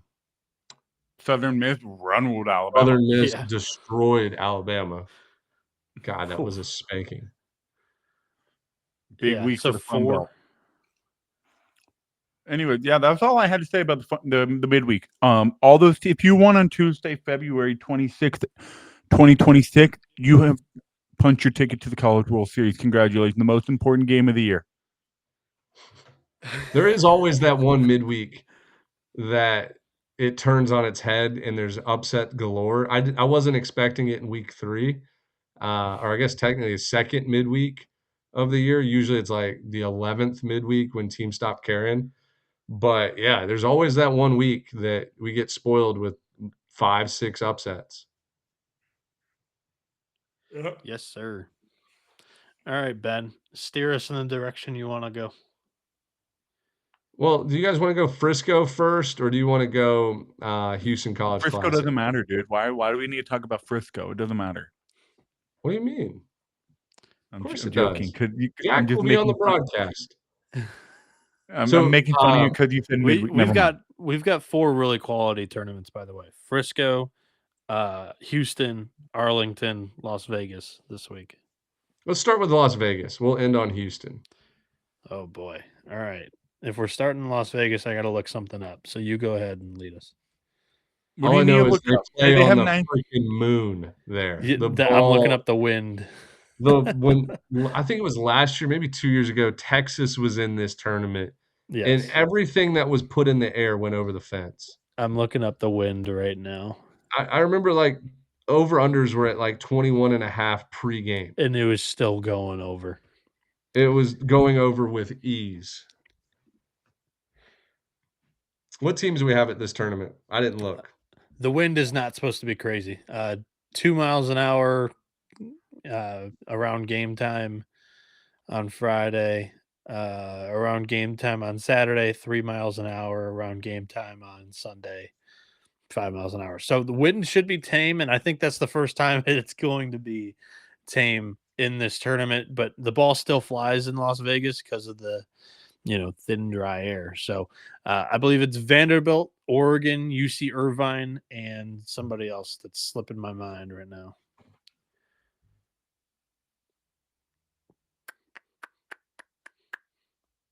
You're muted, Ben. Dang it. I said, whoa, that is a loaded tournament. Is that also that one's being broadcasted on D1 Baseball's channel? So we already bought it from last week. Yep, correct. So Irvine's scuffling a little bit, boys. Arizona is the fourth. So Arizona and UC Irvine are both kind of scuffling. Vanderbilt, You their cannot offense- put Irvine and Arizona in the same conversation. Irvine right and now. Arizona are not That in the is same that bucket. is ridiculous. I think Irvine's lost 3 in a row. It's still a little bit disrespectful to Irvine. I mean, Arizona has gotten absolutely booty butt. yeah. I'm whatever. not trying to disrespect any team. I'm just saying, like, I mean, teams go through slumps during the year. They'll drop some. They're both scuffling. It's offensive to the Anteaters to put them in the same conversation as Arizona. Arizona is struggling. They're on the struggle, Yes. like major struggle bus right now. Yes. So, but anyway, continue. Let's do that same format we've done the last 2 weeks. Pick a team that you want to talk about most. That I want to talk about the most. Yeah, whether they're your pick or the team that you are looking forward to watching the most. I think Oregon is a wagon. I think Oregon is a really damn good team. That's what I'll talk about. And that's it. That's all I have to say. Oregon's a wagon. Oregon is a wagon. I mean, preseason, this tournament would have been a lot better, but as I was saying, a couple teams scuffling. I'm still interested in this Vanderbilt team. People damn. just I mean, I'll let you talk more about them, Noah, but it's still like a blind spot to college baseball fans this year that, like, they were the number 1 overall seed last year, SEC champs. Yeah. They just get no respect. It's crazy because when I was growing up, Vanderbilt got all the respect. And Vanderbilt was the team, and they're not that far off.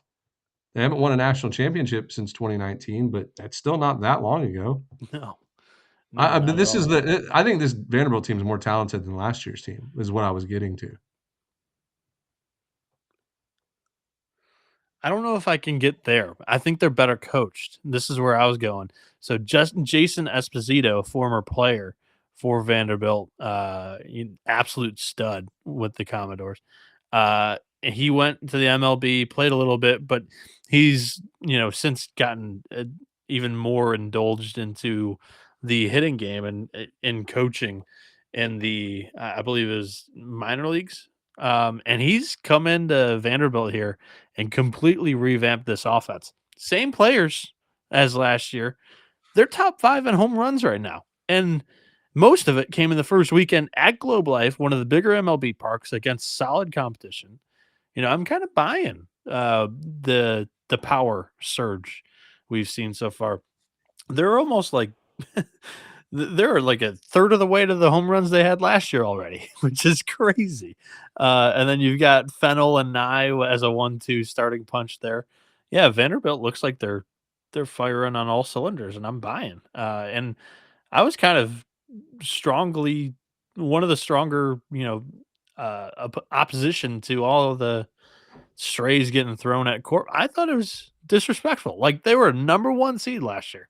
You can say what they want, whatever you want about the offense and whatever. They won the games when it mattered. They got hot at the right time of the year, and then they unfortunately stumbled to Louisville, who went to the College World Series. Like, what are we talking about here? So, yeah, I like Vanderbilt here. And I'm gonna go with UC Irvine as the other team. I think it'll be Vandy UC as the 1-2 best teams in Las Vegas. I think Oregon needs to prove themselves this weekend. I think they're a wagon, but George Mason and Youngstown State aren't going to really move the needle for me on deciding whether a team is really good or not. A lot of stat padding the last 2 weeks.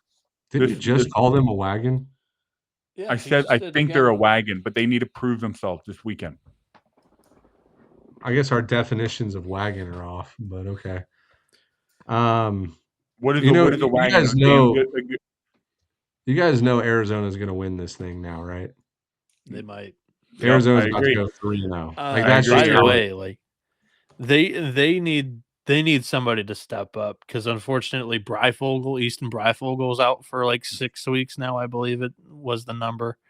So yeah, they've kind of got bit by the injury bug, unfortunately. So Not as bad as Coastal, but we'll get there. yeah, we'll get there. Yep. All right, now that's enough on this tournament. Let's talk about Houston and wrap it up. Well, we got 3 tournaments we're going to touch on real quick. We're Steer us. an hour and a half. Yeah, I mean, it was going to be a long episode. No, lead it off. What's the next one? This was Ben's section. Where are we going? Let's go Arlington again. So this weekend in Arlington is getting a lot of hype, and I think I'm a little bit cooler on it. Now, I do think it's a great collection of 6 teams, and they all have really good records right now, and a couple of them just stumbled in midweeks. But it is number 1 UCLA, Arizona State, who's got a great record coming into this thing. You have Mississippi Oregon State, Tennessee, and Mississippi Is it State, Oregon Tennessee, Virginia Tech, and Texas A&M, and Virginia Tech. Yep. Hey, let me ask you, Ben, who is the one team that does not belong in this tournament? I think we're going to think of the same team. Who I'm looking at this, I'm like, what the hell are they doing in this tournament? Do we I know want what to you want me say? to say. You want me to Yeah. say Virginia Tech, but Virginia Tech, what are they doing in this tournament? Like, Kudos to them. I'm They want to happy play for good them. competition. I'm happy Talking for about them, but I have never 2021 seen. regional host Virginia Tech. Yeah, 2022 number 4 I'm not talking overall about seed. talent-wise. I'm not talking about talent-wise. Virginia Tech has never been a team to participate in these tournaments. That they've is a always just fact. played- You're right. Yeah. They They always just play usually their home don't. games in Blacksburg for the first They always month play of the those home season. games with the right field camera angle broadcast from like the foul pole. And they start every game at 3 p.m. on like every game midweek, Friday night, everything. They're always the first game to start.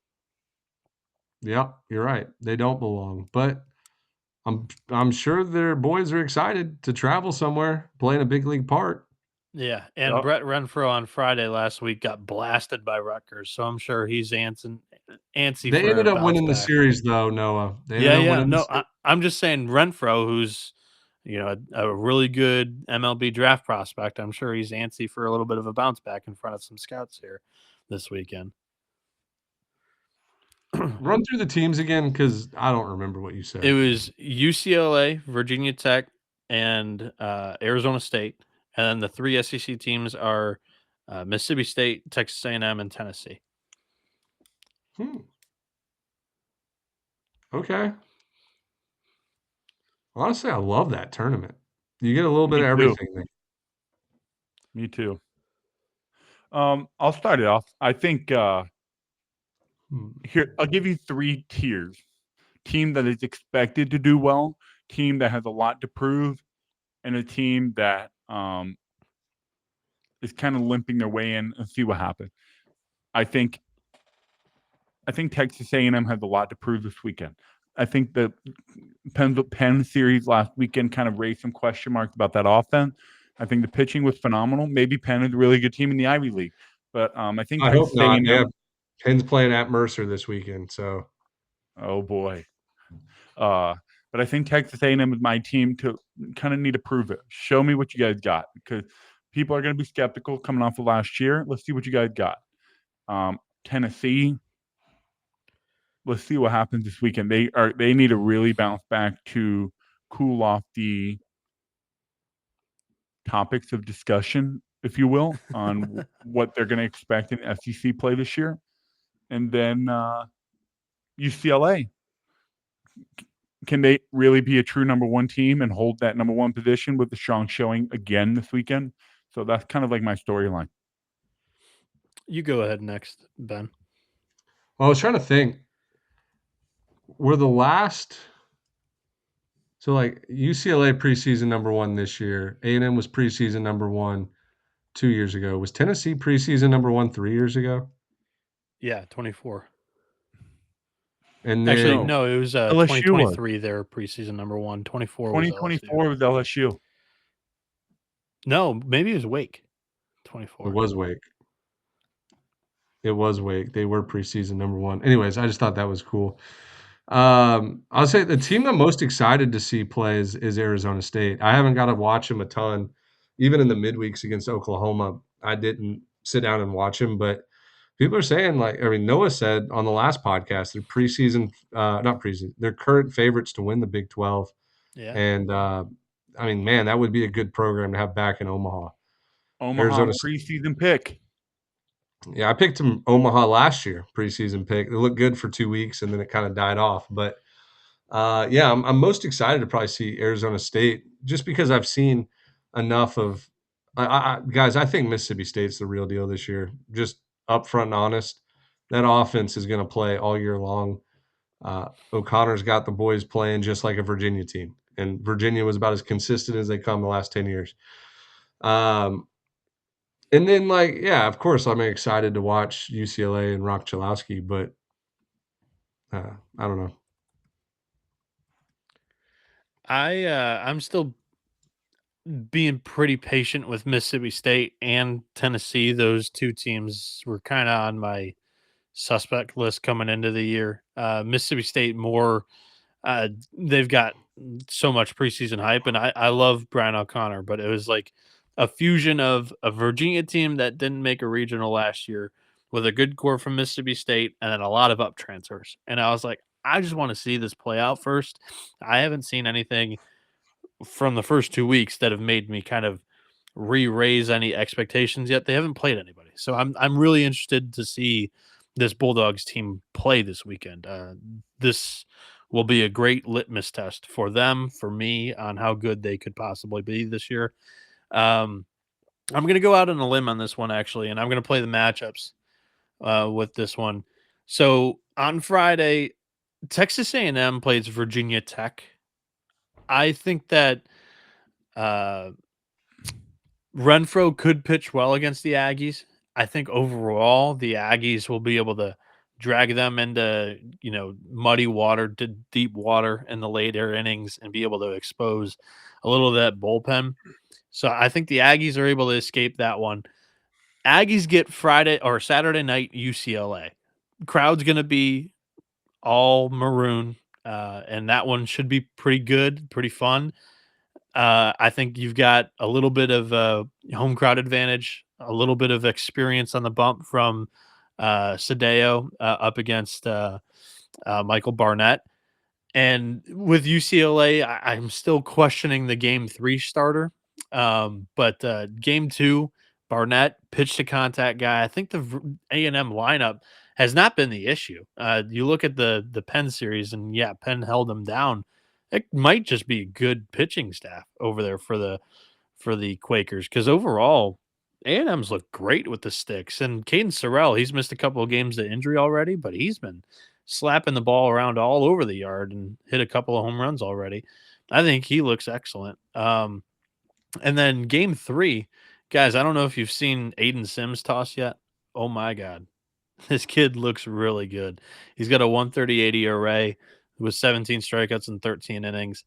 I'm kind of in on A&M having a somewhat good weekend because they get a good draw. I think getting UCLA on Saturday night when it's going to be a lot of people in the building.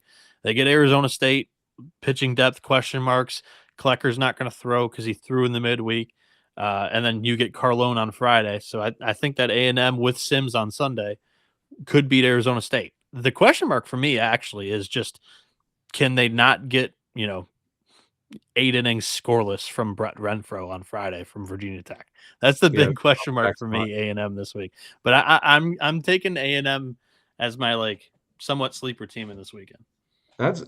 That was a brilliant way to break that down, Noah. That's why you're better at this than Dimitri and myself, because you're right. That is a favorable matchup on paper for the Aggies. So Good job there. All right, let's do quickly Frisco, and then we'll do College Classic, and then we'll hang it up here. Cool. Let me guess who's in Frisco. I think Iowa might be in it. Are you wanting me to answer this or? Yeah, I'm gonna guess Iowa. Iowa is in it. They are? Okay. Yes. Oregon State. Yes. Okay. Baylor. No. All right, I give up. Who are the other two? Houston, Alabama. Okay. Houston and Alabama. Give me, you know Alabama, what? Houston, Oregon State, and Iowa. Give me. Which This team can is go going to one be of two jumping ways. into the lazy river on Sunday night? Give me one. This can go one of two ways. Either Justin LeBron is going to have his major breakout weekend, or Houston is going to somehow win this weekend. Or maybe I don't know. Maybe Oregon State bounces back and proves people wrong. But I think they have a lot of question marks, and I mean, who does Oregon State have Friday night, Noah? It's Houston. Can we talk about those D1 baseball subscriptions? Never mind. My I take it back. They're going to be getting a bunch for Dax Whitney again this week. Houston has no chance. Houston has no chance of winning this weekend. They're not beating. They're not beating the Cougs. They're not beating Dax Whitney. That's if Oregon State scores, though.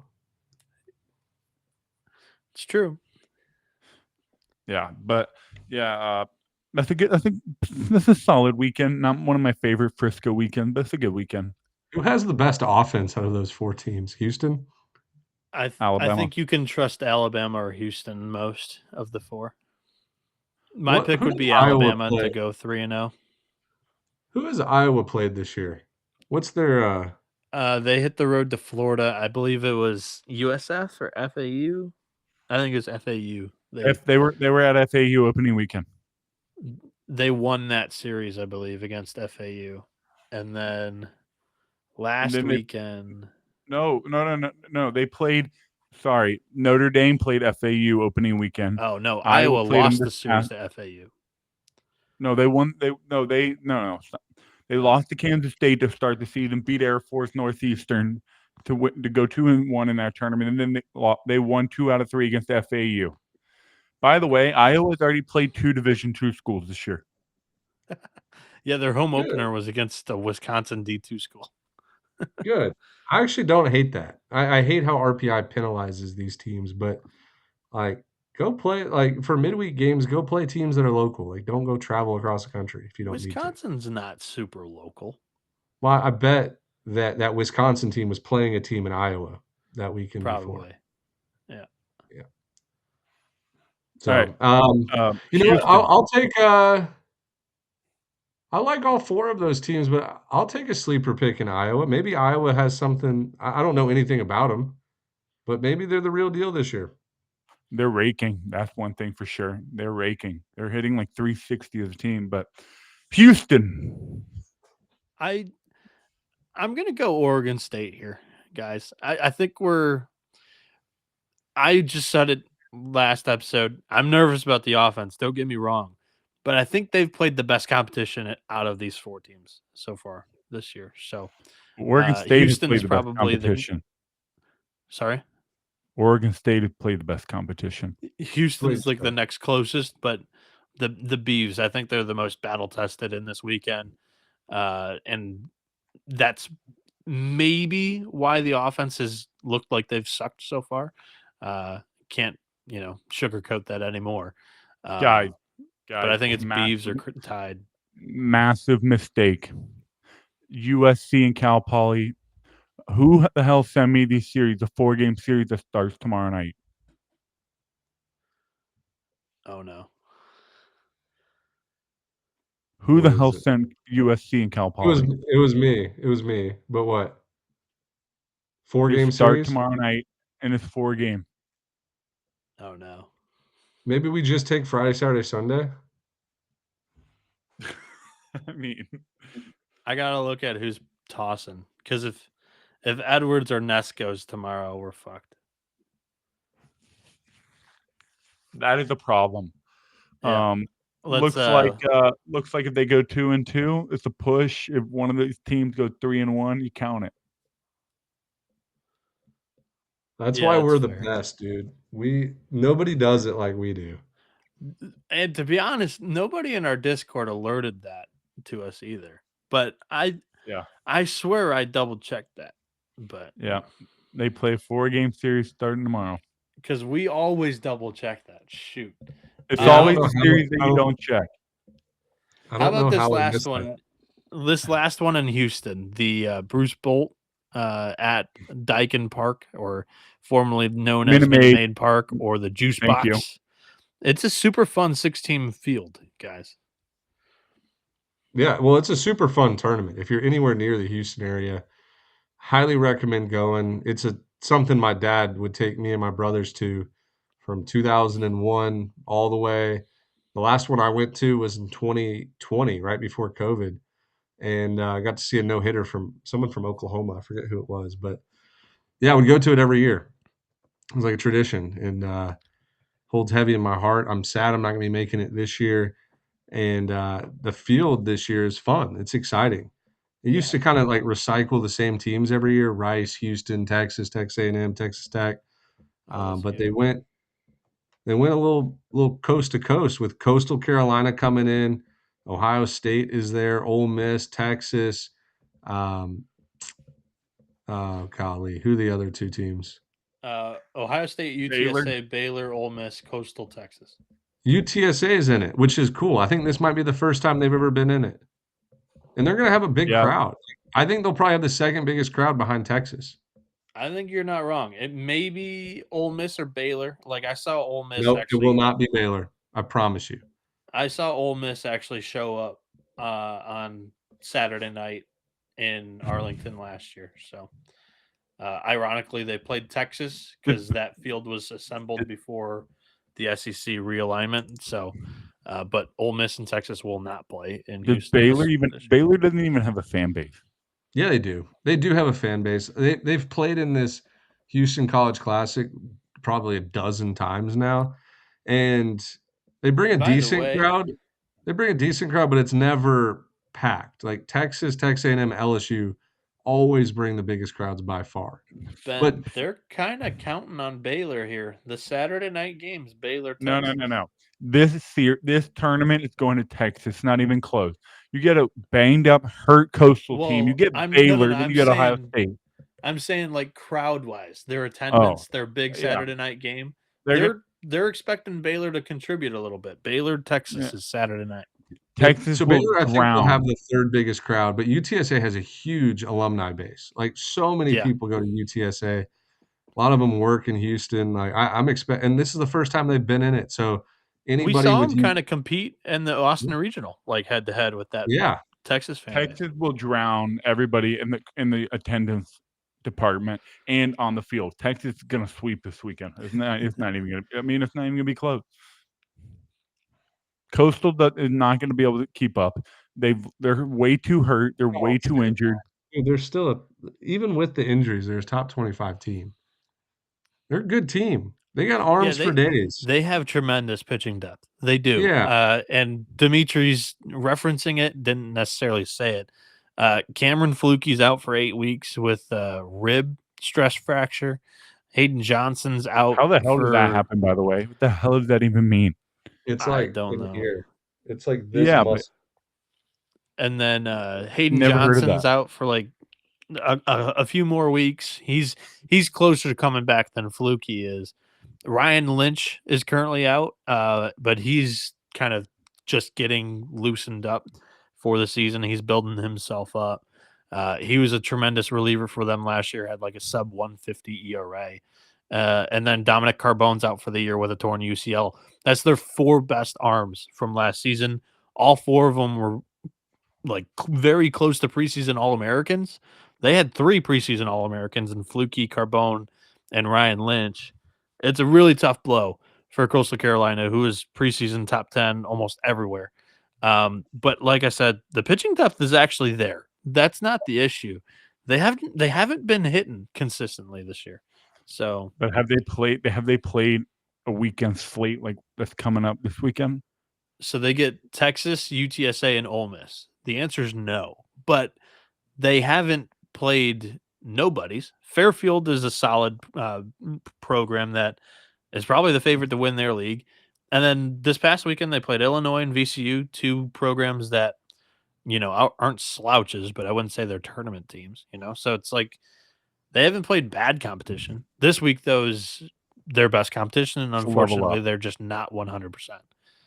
Yeah. Well, Texas, Coastal does typically rise to the occasion. I don't think Coastal goes winless. It's tough. I don't know if they're going to win.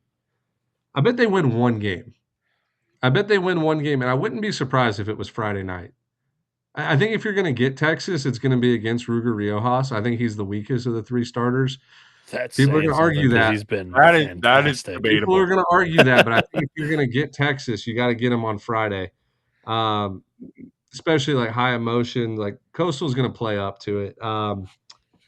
But UTSA on Saturday, and then, dude, the team I'm fascinated to watch is Ole Miss. Yeah, dude, Uh, we're on the same page. I've gotten enough taste of Ole Miss that I'm interested in more. Yeah, But like I haven't watched every single inning of every single game, and I haven't like avoided them at all. So I'm interested to see if this lineup is as real as it looks on paper. And then, obviously with the pitching staff, they're all old dudes. Like they've been around forever. So yeah, I think Ole Miss could go 3-0 here. Me too. I think they will go 3-0. The pitching staff's actually been the most impressive to me so far this year. They played Nevada, who is a top 10. They all graduated high school with Dimitri. They're all like 30 years old. They played Nevada, who is a preseason top 25 mid-major team for us. They swept them, and they kept the offense at bay. They played Missouri State. They're better than Missouri. They kept that offense at bay, swept them. The pitching staff's passed the eye test the first 2 weekends against solid competition. And they open it up with Baylor on Friday. They get Ohio State on Saturday, and they get Coastal on Sunday. I think it's one of the more favorable draws this weekend. And like Ben was talking about, the offense has hit. Ben, the most shaky arm on the weekend rotation for Ole Miss has been Hunter Elliott. So it's like, okay, I'm here. I'm about it. He's got a 4.66 ERA and 9.2 innings with 8 walks. Like, that's not gonna be sustained throughout the year. He's gonna be better than that. And Will Libert and Cade Townsend have been excellent in support of him. And the lineup's got 4 guys with 1,000 OPS plus. Colin Reuter's hitting 500 on the season with a 1360 OPS. So I'm with you on Ole Miss. Dimitri, how about you? I told you, Texas. You did tell us. Baylor Ole Miss is going to be a great color game, though. Afternoon sun peeking into Minute Maid. It's going to look great on TV. And this tournament's streamed for free on Astros.com or whatever. Yeah, right? It might be on YouTube and Twitter. My favorite tournament to watch every year. Yep. So great how they do that. I can't stand Globe Life. I hate the camera angle. I don't like the ambiance of that ballpark. I can't stand watching that tournament. It is a quirky ballpark, and they built it that way to honor like their retired numbers. It's weird. Yeah, but ballpark at Arlington was so much cooler than this stupid Globe Life Park. It was hot as hell there. Couldn't sit through a game. Ballpark at Arlington that place was awesome. Just Josh Hamilton and Nelson Cruz. Ian Kinsler. That's an episode, fellas. Cool. Yeah, episode was great today. Appreciate everybody for listening. Almost went 2 hours. Thank you to our guest, Joba Chamberlain, for hopping in the first hour there. You guys enjoy some college baseball this weekend. We do have some conference play starting up with the Southland. I think there's some intriguing Southland matchups that you need to pay attention to. But, we appreciate everybody for listening. We'll be back Sunday night, hopefully with some good news. And let us know if you like the guest segments. We'll start doing more of them for the weekend series pick'em like we did back in 2022, 2023, really all the way back to like 2021. So that'll do it for the show here, and we will see you guys Sunday night.